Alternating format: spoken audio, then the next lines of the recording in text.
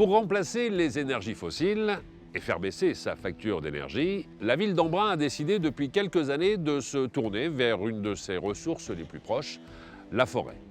En effet, depuis 2007, un réseau de chaleur alimente la quasi-totalité des bâtiments publics et quelques logements de particuliers, et tout cela en circuit court. C'est ce que va nous expliquer maintenant Chantal Méhoud, c'est la maire d'Embrun.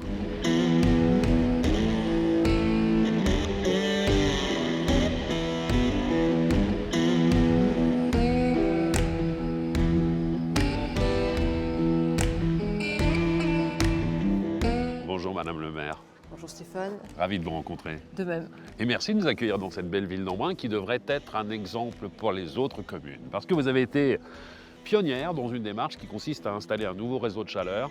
Ça remonte à 2007. Réseau de chaleur uniquement avec du bois. Absolument.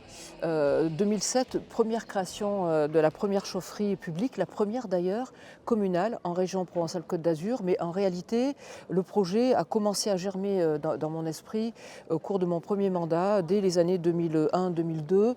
Il nous a fallu 5 ans pour mettre en place ce beau projet. Jusqu'en 2007, nous étions tributaires des énergies polluantes telles que le fioul ou le gaz propane, puisque ici il n'y a pas de gaz de ville. Bien sûr. Mais on a réfléchi pendant quelques années en se disant qu'au fond, la ressource locale bois était là, qu'elle était renouvelable et qu'il nous fallait là aussi aller vers une autonomie de plus en plus grande avec un circuit court qui était le bois.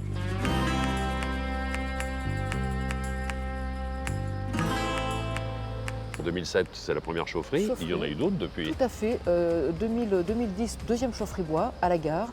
Et 2019, troisième chaufferie au pied de ville, la chaufferie des Remparts. Donc c'est ces 3 chaufferies qui sont aujourd'hui connectées. L'ensemble des réseaux de chaleur qui globalement représentent à peu près 5 km de réseaux de chaleur sont reliés entre les chaufferies et nous permettent globalement de pouvoir faire face à une demande de chauffage de 800 logements dans lesquels on a la totalité des bâtiments publics. Tous les bâtiments publics sont raccordés. Tous les bâtiments publics communaux sont raccordés. Les écoles, hôpitaux et puis tous les bâtiments qui dépendent de la mairie. Absolument. La gendarmerie nationale également, le lycée, le collège, donc toutes les écoles. Voilà, donc c'est vraiment une très très belle opération. Et bon nombre de logements particuliers également là. Tout à fait. À la fois des logements locatifs, des logements sociaux, mais également des logements collectifs, privés, mais aussi des maisons individuelles quand elles se trouvaient globalement sur le circuit de la pose des gros tuyaux. Comment a été perçue cette nouvelle que vous avez proposée à la population en disant on va changer de réseau de chaleur? Est-ce qu'il y a eu des inquiétudes, à un moment donné, un besoin d'informations supplémentaires? Comment ça s'est passé? On avait surtout des inquiétudes concernant les rejets notamment, les émissions, les fumées. Et j'ai pris la décision dès le départ d'associer la population à ce beau projet dans le cadre d'une concertation suivie, continue, en essayant d'expliquer au maximum ce que nous allions faire, comment ça allait se faire. Et progressivement, on a eu une adhésion de la population. On avait des inquiétudes aussi sur le volume important de ces chaufferies qui ne sont pas neutres en termes d'implantation dans le site. On est sur du centre-ville. Et là, on a eu quelques inquiétudes aussi sur finalement les désagréments environnementaux dans le paysage direct des chaufferies. Mais très vite, on a expliqué qu'on ne faisait pas d'omelette sans casser d'œufs. Je sais que l'environnement, vous y êtes très attaché et les paysages sont juste magnifiques. D'ailleurs, on va se rapprocher d'un petit jardin qui est un belvédère exceptionnel un tout petit peu plus loin.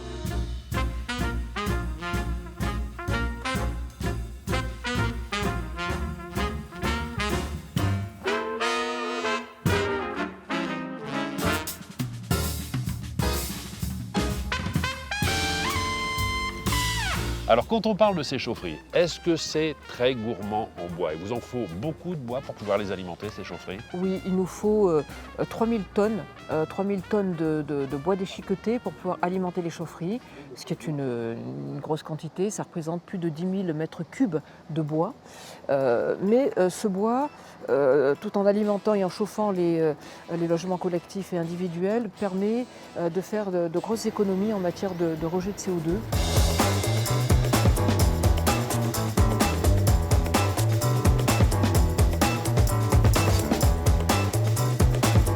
Alimentation de bois, vous la trouvez ici en circuit court? Absolument, c'est du bois local. On est sur une alimentation de forêt située à peu près à 1h, maximum 1h30 de la commune d'Embrun. C'est finalement de la récupération des bois. C'est-à-dire qu'à un moment donné, vous allez prélever en fonction des besoins, c'est ça, véritablement. Absolument. Donc c'est du prélèvement, c'est pas de coupe rase et ça aussi c'est important.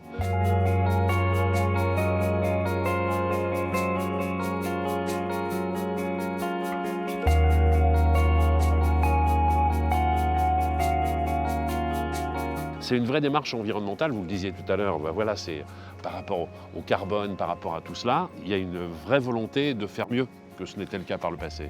Bien sûr, l'objectif c'est de pouvoir, à horizon 2030, faire d'Embrun une ville totalement autonome en énergie avec la filière bois. Nous avons 3 chaufferies, peut-être que nous envisagerons, en fonction des demandes que l'on a, et elles sont importantes, la création d'une 4e chaufferie bois. Il y a une facture énergétique pour vous, la mairie, qui est certainement plus digeste, et pour la population, alors là, s'il fallait trouver des arguments, j'imagine qu'ils y ont trouvé leur compte. On a globalement, avec l'augmentation du prix du fioul, depuis 2022, on a des économies de l'ordre de 30 jusqu'à 45% et des consommations qui sont moindres. Et puis, un des avantages aussi de ces chaufferies collectives, c'est que finalement, les particuliers n'ont plus du tout à se préoccuper de l'état de leur chaufferie. On fait tout le boulot. Est-ce que les villes voisines, que sont Gap d'un côté, Briançon, se disent « Ah, finalement, c'est un bel exemple, pourquoi je n'essaierai pas de le faire chez moi aussi ?» Mais je pense qu'elles prennent exemple aussi. C'est vrai, ça commence un petit peu à les titiller. Ça fait des petits. On va s'intéresser à la matière première maintenant et s'intéresser à ces plaquettes de bois qui vous permettent d'alimenter les différentes chaufferies. Pour cela, nous allons partir à quelques kilomètres pour aller rencontrer Huguette Bail, qui gère les plaquettes et les produits pour votre ville. Absolument. Merci beaucoup, Madame le maire. Je vous laisse profiter encore une fois du paysage, même si vous le connaissez par cœur, mais on ne s'en lasse pas. On ne s'en lasse pas. Merci à vous. Merci.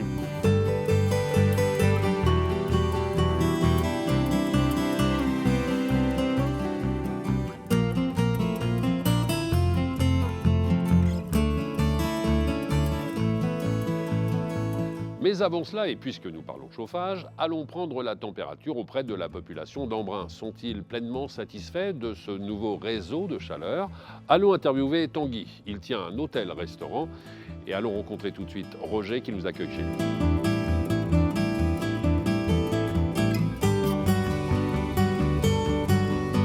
Vous êtes raccordé au réseau de chaleur depuis combien de temps? Depuis 2 ans, depuis 2021. C'est assez récent. C'est tout récent. Ouais. Vous étiez équipé comment auparavant? Avec une chaudière à fioul. Et donc j'avais à peu près 1 300 € de fioul, plus 180 € d'entretien. Voilà.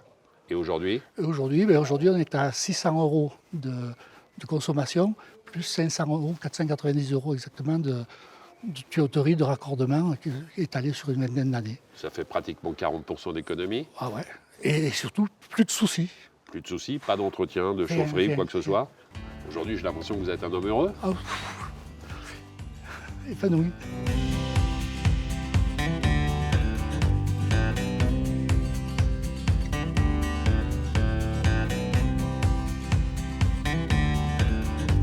Quel est l'avantage, Tanguy, lorsque l'on tient un hôtel-restaurant, d'être raccordé à un tel réseau de chaleur? De faire des économies, voilà.